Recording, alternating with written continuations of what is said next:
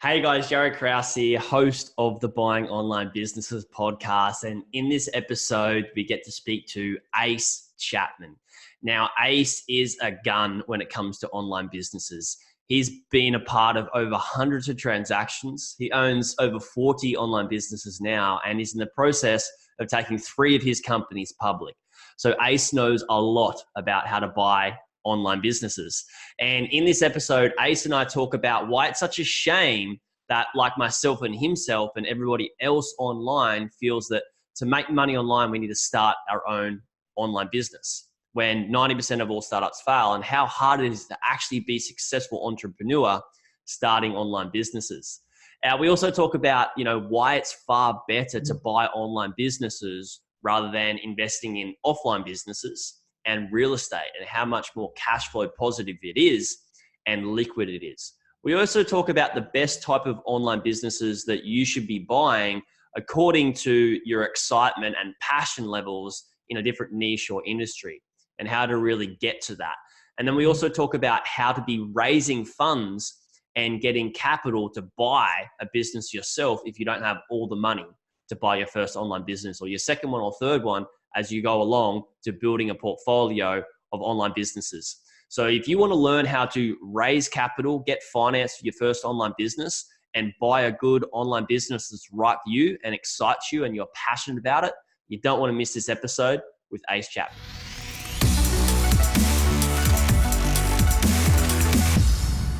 So, hey everyone, welcome back to the Buying Online Businesses podcast. And today I get to speak with a buddy of mine, Ace Chapman. Now, Ace, you've gone away and completed hundreds of deals now, and you're in the process of even taking a company or your business public, which is really exciting. Ace, thank you so much. Really grateful to have you on the show, and welcome. Yeah, man, it is good to be here. It's just like Slash, a catch up from years ago, and it's cool to catch up / get into some of the new things that we've been up to. Yeah, for sure. And so before we even get stuck into what you're doing and how we can sort of add some value to everybody listening, is I didn't realize, I did a bit more reading, and I didn't realize that you sort of came to this space of buying websites the same way I did. You realizing that you could buy businesses cheaper than you could start them. And that's where I was at. I started my own businesses, and let's be honest, I sucked. And it cost me a lot of money and a lot of heartache. Go ahead. Yeah, so that was and that's how I led into it. And I wanted to ask, because you started a lot earlier than me, obviously. And then I want to ask, how did you start finding these businesses, and where did you start finding them back then? Yeah, so the very first deal that I did was when I was in college, and I was just felt like starting a business was the only way to becoming an entrepreneur or business owner. And I had a buddy who was in the process of starting another business. He had already started a business, and we talk about those folks that start businesses, and it seems like sometimes it's like, man, I suck at starting businesses, but there's nobody that does it great. You know what I mean? This is a guy that he was a developer, software developer, and that's what he would do. And for every 10 projects, he would have one that worked, but he was just always starting these projects back then. And anybody who if you're playing basketball and you miss 9 out of 10 times, you're not going to be considered good. But that's a pretty good entrepreneur. It's somebody who could just make something work, 1 out of 10 times. So this guy was one of those folks. He just built and built and built, and then he had this stock market simulator that kind of caught on. But he was already on to building his next thing, and came to me and said, "Hey, if you know somebody," I actually was a user of the site. I just loved the what he had built. And, so we talked a lot about improving the business. It was always having issues and the site was crashing. And one day he told me "Hey, I don't want this thing. If you know somebody who wants to buy it, I'll sell it to you. I just want 70,000. So that was kind of my first just introduction to even the concept, buying and selling a business. And so it shows that like it's just not something that's talked about. I was at a top 20 university in the U.S., so it wasn't like I was somewhere that just wasn't smart or whatever, but it just wasn't something that I thought that happened with small businesses. The only place I thought you could do that was like Wall Street. So when he first approached me, I'm like, I got $3,000 saved up and he wants 70. So there's no way I can buy the thing, but maybe I can find somebody that wants to buy it. So I'm like, yeah, give me all the financials and all that stuff. Basically wanted one-time earnings and eventually convinced him to finance half of it. I took out some credit cards to finance the rest of it. I did have a little bit of an equity investor that was a buddy of mine that had some cash. And that was my very first deal, which, I wish I could say it was all like roses after that, but I grew the business. I got a return on the 70,000 and made money. I was, positive ROI over the 2 years. But then in 2001, there was a dot-com crash, and basically all of our clients went out of business, which naturally means that we went out of business. I was able to exit and sell the data. We had a database like 200,000 users and all that stuff. So we had some value there. But after that, I was like, man, I am done with this internet thing. So I went on a hiatus for about 8 years doing deals offline, everything from mortgage company to some subways to a couple other franchises, Plato's Closet, Home Investors, Law franchises, and then connected with some guys. I started doing some offline deals on SiteGround. Anybody who was around back then, the precursor to Flippa and all of that. And came across some crazy guys in the Philippines who eventually became the AdSense flippers and now are the Empire flippers, and was doing some deals with them years ago. And so at that point, it was really interesting. I think it brings us to this conversation now because I had a portfolio of offline businesses that were amazing. And I compare them to, even at that point, I had maybe 30 units of real estate.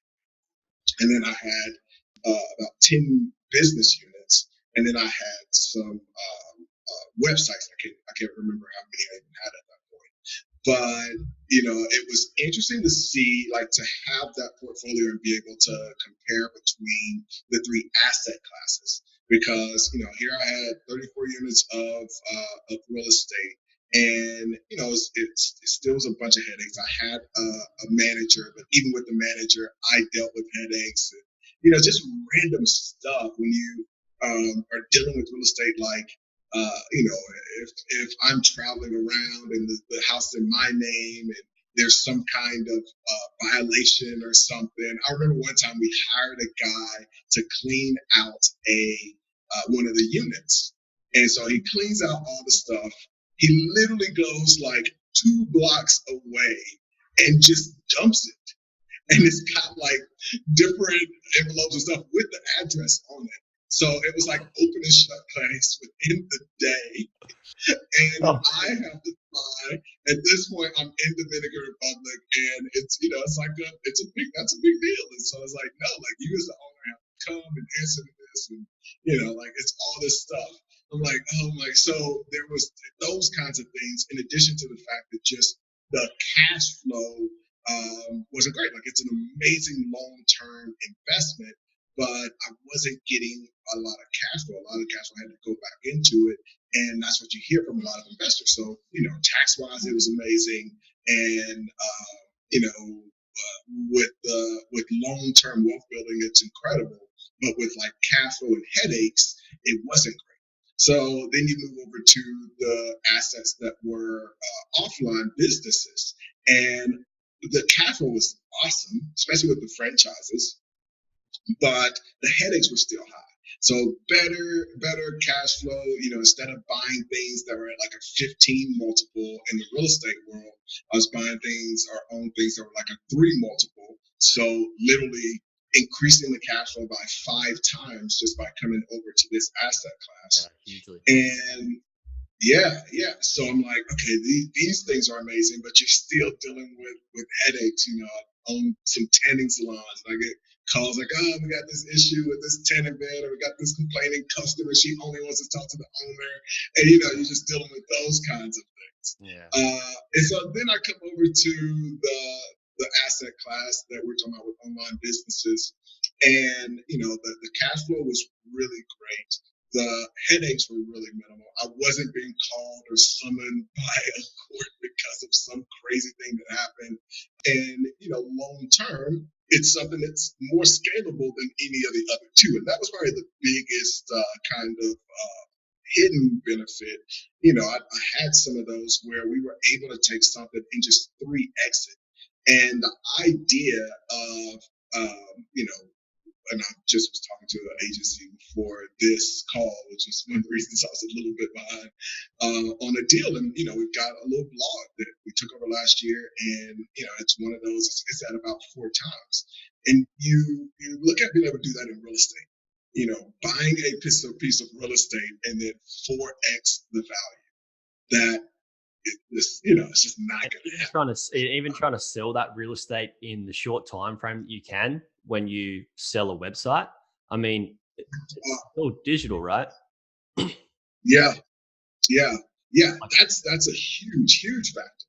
And so you compare that to a business, even being able to 4x the business, and if you've got a certain amount of space and parking lots and all of that, it's just like the idea of being able to do that is really ridiculous.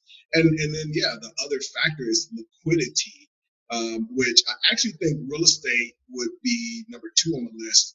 So offline businesses are probably the least liquid. After that would be real estate is a little more liquid, but nothing compares, between those three. And probably the only other real investment that's a lot more liquid would be things that are on the stock market, cryptocurrencies, those kinds of things. But the fact that unlike, what happens with a small business is you've got only a certain number of people within maybe an hour and a half radius at max that want to buy it. They've got to have some expertise in that particular business, and then want that particular business to be able to afford that particular business. So you've got a very limited amount of people that could be interested in it and then even buy it. So if you own a business in Chattanooga, Tennessee, you've got a very limited number of people. You take that same business, an internet business, no matter where it's located, you've got anybody in the world can buy that thing, and that makes a huge difference in liquidity.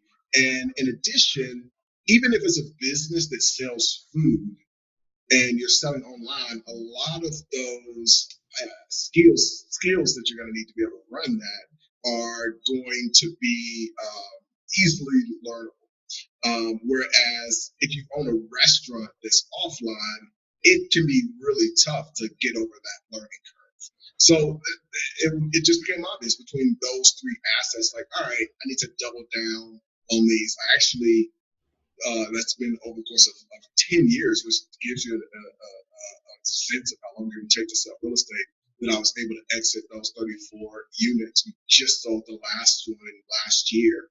And it actually, still have a little bit of interest, but so I kind of gone all in on the online stuff. Yeah, it's amazing to hear you say that when you first sort of wanted to be in business, you just oh, I didn't know you could buy a business, especially a website business. And I think that's and this is my thing that really sort of revs my engine a little bit, is that we're all smashed online, especially millennials are smashed online about if you want to make money online, which is what so many people want to do so they can have this lifestyle, right? It's about you need to start your own online business. And it really just, they start one and they can fail, then another one they can fail. Unless you have the persistence to get to what you called a good entrepreneur, being able to get through the 9 and have the persistence and the grit to do so, it's really hard to make it. Whereas if you see that somebody that's like yourself has gone through, bought bricks and mortar businesses or offline businesses, real estate, and then actually saying that hey, digital is the way to go, I mean, you can, like the businesses that I bought, like you were saying, is like if I need to learn something, I'm one tutorial away on YouTube on how to do it. Like, Yeah. it's amazing. So you were talking about a blog. You just bought a blog, and it's got a 4x multiple, which is really good for a blog, right? Now, there's a Yeah. lot of people listening that want to get in and start buying websites. Like, where would you typically recommend people to get started? Like, where did you start with your first type of online businesses? I know you were in the software type of one, but for a beginner, where would you suggest they sort of get started? Would it be a blog or a different content site? What are your Yeah, recommendations? I like content. I like content sites. I do think it's that person though. There's some people that are going to be more technical oriented, and the owning a SaaS type of business is the perfect match for them. You have other people that are going to be really good, or at least really interested, which is important in products, and be really passionate about promoting a product. And so e-commerce could be the best fit for them. And then you have some folks where it's like they are great writers, or they enjoy producing content, and that's where the content sites and blogs are going to be. But I've seen people with, who are beginners that were in all three, and like really, really thrive when they find that right thing that they can get really excited about in there, even without experience. And I think a big part of it is because of what you mentioned, which is you can go and find a tutorial and learn. The biggest thing is, are you interested in learning? Because all the information is there, and it really is mostly free. Like, you don't have to pay for it. Everything Yeah. is out there. It's just, are you interested enough to learn and become an expert at it? And I had a guy who bought an e-commerce site, and had just I was a little bit like, are you sure? Because it was kind of a complicated deal, and it's just really, really thriving with that thing. So yeah, I think it depends on that person, their personality, and what their interests and passions are. Yeah, and also, like, to add to that, I think that's a great thing to mention. You can have people that may be driven for a year with it, and that would obviously determine like how successful they're going to be in the deal and what type of deal should they do. Is like, if somebody's driven for a different niche or a business they buy, and they could see that it's probably only going to be for a year, maybe they scale it and then flip it. But if you can Yeah, still got drive further past that point, is like, stick in there and keep growing it, and then sell it when your passion starts to decline, because that's when your business will start to decline, right? yeah. I always tell people, as soon as you start to sell, it's probably time, or as soon as you think about selling, it's probably time to start the process of selling, because it means that there's a little piece of your brain that's no longer involved. When you're all the way in the business and you're excited about it, there's no piece of your brain that's like, oh, like maybe I should sell.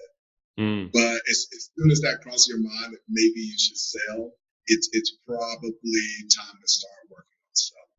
Yeah, because that's only going to grow, right? Like, when those little Yeah, things come in, is like, oh, I've got to deal with this customer, or I've got to deal with my VA who's dealing with the customer, and then that just chips away, and that little part gets bigger and bigger and bigger.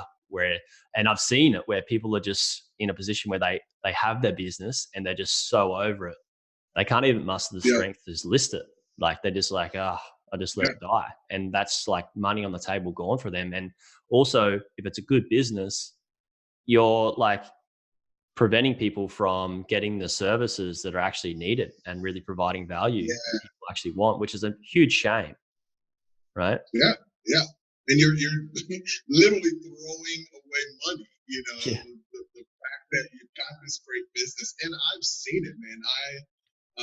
One of the most telling things, and I was so glad that this happened early in my career. So, I talked about buying the internet business, and then after that, I went offline.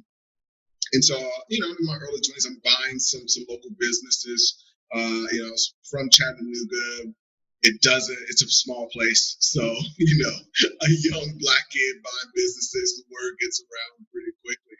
And I remember buying this tanning salon that was in the strip mall, and there was a retail spot right next door to me. And when I bought the business, I went to all of the stores that were in the complex. There was like a CVS, which obviously, but the other places were like just local businesses. So I went in and met everybody, and told them about the business and that kind of thing. So one day I pull up to the location, and at this point I had several businesses, so I wasn't there a lot, but I saw that a store closing sign was up at the business right next door. I'm like, okay, why is she closing the store? And we got a lot of flow over traffic. We also would have people that would come to our salon, and then they would wait during their waiting time and shop at her store. So it was a very beneficial, mutual kind of relationship. So I'm like, oh, what's going on? So I go in there and I'm talking to her, and I'm like, so, why are you selling the business, or why are you closing the business? She's like, just time for retirement. And I'm like, oh, okay. So was it not making much money, or I was like, no, it's making great money. And it's like, it's still making a little over 100 a year. And I'm like, profit or gross? And she's like, profit. And I'm like, okay, so why didn't you sell the business? And she said something that's like the way that most of these mom and pop, which is why I still do think there's a lot of opportunity for offline business too, but a lot of these mom and pop people, she's like, who would want to buy this business? And she's literally looking at somebody who she knows bought the business next door and is saying to his face, like, who buys businesses? And that was like my realization. Like, you have to be in these people's face. There are a lot of people that just they grow a business, they make the money from it, they put money in retirement, they do that kind of thing, and they don't understand that like this is an asset. No matter what you sell it for, you could get something for it. She obviously just let it go and was selling out the inventory, that kind of thing. But it's like, as an ongoing concern, this you could have got $300,000 if it was making 100 a year. So I think there are a lot of entrepreneurs who do go that route that we have an advantage of, because we see businesses as this tradable asset, and they don't see it that way. Yeah, for sure. And so I wanted to ask, before we move into like how you're getting into the position of like where you're taking your company private and the financing and micro deals and stuff like that you're doing, you've bought and scaled a lot of online businesses. Is there some go-to strategies that you see where you're like, oh, this is what I'm going to do as soon as I buy the business to grow it? Like, are there some the go-to ones that always work for you, like low-hanging fruit? Is it like sending out an email blast or getting that engagement there? Like, what are some of the things that you've really picked up on that works quite well for you? There's really just one. I mean, we only have one because we've tried a bunch of different things, and you pay people for SEO, or you pay people for Facebook ads. And what I found is, if especially when it comes to outsourcing with agencies, and we've had a lot of success, but what happens is over time, they become less and less motivated to generate great results. And so the most controllable thing that we've done is trying to buy strategically. So, we basically will just buy two businesses that are complementary and then use them to promote each other. And it's really that simple. We bought the one that I just talked about, that before X we bought. It's in the home space. And we basically bought two businesses that were both in the home space with similar demographics and similar databases and traffic. And then we cross promote those and grow them. We're buying two agencies right now. We already had one agency that was in this niche, and now we're buying another one that's 3 times the size, where in this case, it's going to be more of taking down expenses. So it's a lot of duplication between the two. So now we can get rid of a ton of expenses and, literally make a couple of $1,000 with, we've got another deal where, it was in the airline space and had 500,000 people in the database, and then another deal, Open Rooms, which is in the hotel space, which has over 1 million emails. And so instantly, like, I don't need to go. And so I think it's one of the things that we have an opportunity to do as deal makers that I don't see a lot of people focus on or talk about. And I literally think it's the most important thing. And, as deal makers, the last thing that we should be doing is paying Facebook for ads. Like, that's not what a deal maker do, because you're spending money on something that you can't own and you will never own and will always be more and more expensive. And so what we should be in the business of is finding assets that we can leverage. And so one of those would be, okay, I need this demographic of people. And you don't go and rent that demographic from Facebook. Just like, you want to go and find a site that has that demographic. And if you don't have the money to buy that site, you're making a deal to do a joint venture with that site to leverage them and do something that's symbiotic and mutually beneficial, instead of going and helping Facebook build an empire. So that's what we focus on. It's like, okay, we've got these businesses. What's another business that we can buy that gives us access to the people that we want to access to be able to promote? And then what business can we buy that we already own the similar users that we can instantly grow that business? So it's not like a game or gambling or trying something. It's just like, okay, like, we already have 1 million of those people that want to buy that. Let's buy that business and sell to those people. Yeah. So I've heard this people call it a bolt-on business, I guess, but you can coin it whatever you really want, right? And so would you buy one of these businesses and then straight away buy another one, or make sure you found two at the same sort of time and sort of get into the purchase, the migration period of that? Or will you be already holding one and then go, all right, now what are we going to do to grow it, and buy another one that way? Yeah. So, at this point, we own 41 businesses. So the idea is we're only doing deals where we already have that in place. So we've got one of those deals, or preferably 2, 3, 4 of those deals, where now we're in a situation where it's like, okay, we're going to try it with this one. If it doesn't work, we're going to try it with that one. So we've got a lot of different options, and we like to do the deals based on that. Yeah, I see. And so you've got different strategies in how you finance these businesses. I know that you've done a lot with brick and mortar, especially your first one. You just scrounging together, like, all right, let's credit card at this and get this to get them some money together. And something that a lot of people don't really know about is how to finance online businesses. So what are some of the strategies that you're using? Like, I know that you'd probably prefer to do seller financing, right? But are there other ways that you help people get deals without any money down? Because this is a lot of people like, I just want to buy an online business with no money down. And like, how realistic is that for them anyway? Yeah, I don't.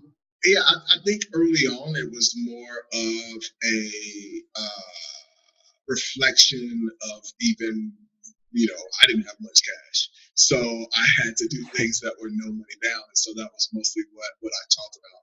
I'm not doing much this no money down.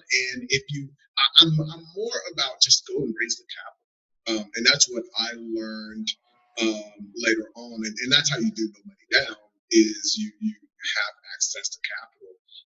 And I think, capital is easier to raise right now than it ever has been. I think it's another place that people miss the fact that, number one, deals are more valuable than cash. Everybody has some money. It's people are looking for ways to make more money with their money. And when you can offer that is a huge, huge value. And so that's what we want to do. We want to come up with the best vehicles to allow investors to get access to these deals. So we created a private equity fund and raised 12 million in the most recent fund. So, not big funds. It's super small. But the funny thing is, I did an interview a little while back that was, really focused on how we start a fund. And, I've got clients that I've helped start funds that, they put together 300,000, 400,000, and now you're building a track record. I think that's one of the mistakes that a lot of people don't make is you can raise a lot of capital. Like, when I did the most recent fund, I only wanted 8 million, and then it went to 10 because we had a lot of demand, and then it went to 12, and we literally told people no.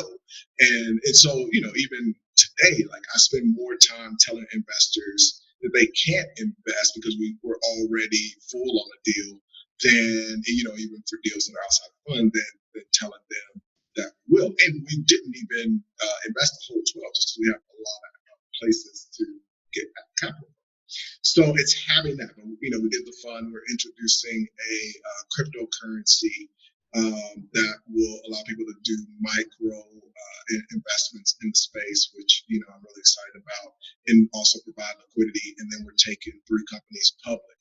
And so that's really the real goal. But it doesn't have to be those kind of complicated things. Like I said, it could be just starting a small fund that's a few $100,000 that allows you to start building your track record. It could be raising money from some friends. That first deal kind of glossed over it, but in that first deal, 35,000 was financed by the seller. 15,000 came from a buddy of mine who was also in college, but he came from some money, had some money. So this is just somebody that I was, was going to frat parties with. I think some people think that investors. So I think 2 things. One is you have to be a professional, business buyer with a long track record. If you've got something that's compelling, I'm 19 years old. I think he was probably 20. It's like, hey, I have this deal. It looks interesting. What do you think? And you're not pretending to be something that you're not. You're not trying, I didn't come in like, I've been doing this and, I've done 100 deals and blah, blah. It's like, dude, I don't know what's going to happen, but I feel like this is a great deal. Take a look. You can look at the same things that I can. If you got questions, I can ask the seller, and we'll do this together. Do you want to invest? So a 20-year-old kid was my first investor, and I was 19. And then, got aggressive with the credit cards to make the rest of that work. But I think that's another one. I think those are probably the 2 things. It's the being creative strategically with how you build your portfolio and use businesses to grow other businesses and think about joint venture, which the other thing that we do a lot of is finding other deals to do joint ventures with in that same vein. I don't like spending money, really. So in a deal, I want to try to figure out who has what this business needs so that we don't have to spend this money. And then we can create a relationship that's win-win, that it turns into an asset as opposed to an expense. I'm always trying to figure out how can I turn this into a profit opportunity as opposed to a loss opportunity. Yeah, for sure. And I mean, there's so many people with big dollars out there. There's people that have like $12 million in just their own funds and just hey, let's just, I just don't want it sitting in the bank getting minuscule percentage. What if somebody who has a track record like yours, Ace, or like mine, has invested before and exactly. has success? You've done it with 1 or 2 businesses, and it's maybe it's a bit harder to do like you did with your first business, but you can even show these investors, this is the business we're going to buy. The business, I don't really need the track record. If it's something under $1 million or something, it's this business has a track record. So it's exactly. That's the huge thing about it, and all of the stuff that we're so fortunate to benefit from. It's not even just I'm going to go start this business, which then, even for your first one, people are like, okay, what's your track record? Yeah. Which obviously you don't have. And, we didn't talk about it. I do think for US people, getting access to funds through SBA is a huge opportunity right now. They're just throwing money at people. I Yeah. really feel, because I was buying real estate back before, the 2008, and the US was a big thing with the mortgage industry. And the SBA loans right now feel eerily similar to how they were just throwing money. And we've done deals where I'm talking to the bank and they just have no idea how the business works. And it's like, it's like some SaaS business. They don't understand it, man. It's like, yeah. I've got clients that are going down the SBA route. I had a client email me yesterday, like, talking about what sort of funds and what he's getting approved for and stuff like that. Not that I can talk about but it's a decent chunk of change. And I was also on somebody else's podcast the other day, and he's like, yeah, I started my business with a quite a large SBA loan without like any real massive proof in my bank account. And you can buy online business with that. And that's a huge thing everybody listening should really take note of, is like, that's definitely an option if you can't find people with, millions of dollars ready to invest. But Ace, that's so cool what you're doing. And I know that you got to go. And I really do appreciate your time here. Like, where can people go and might find out more about what you do and what you guys are doing? Feel free to, check out the website. It's acechapman.com. On Instagram, ace.chapman. And then on YouTube, you can check out, you can search Ace Chapman as well. Yeah, awesome. And so I'll link all that to the show notes. And everybody that is listening, like, you don't just want to go away and buy any random deal. You want to make sure you vet it really well. Like, we didn't touch about that at all in this process at all, or this podcast, Ace. But for those of you guys who do want to really dig deep into how to do due diligence, check out my free resources on my page here. I've got like multiple resources you can get for free. They're going to help you prevent yourself from making a bad investment. You don't want to go away and buy a lemon, right? Like, Ace, that's a huge thing that we didn't really touch on, but it's massive. That is so crucial. And I'm glad that you did mention that, because it's easy to talk about, okay, here's let's make money. Things about it. Yeah. But I do. I get calls from people that go out, they buy a deal, and it's after the aftermath, and they come across one of my videos and like, hey, I'm stuck with this business. I bought it. I just want to get rid of it. I'm like, all right, so tell me about it. It's like, well, when I bought it, it was doing $200,000 a year. I'm like, okay, how much is it doing it now? It's like zero. It's like, there's like nothing you can do with that. So it's so crucial. And then you ask about their due diligence process, and they're like, well, I didn't really have a due diligence process. And I'm like, that's where you made your mistake. Yeah, huge mistake. So guys, don't make those mistakes, right? Don't take a 200K site down to nothing. Get these free tools. Ace, thank you so much for jumping on board. Really appreciate it. No problem. Thanks for having me, man. Cheers, guys. See ya.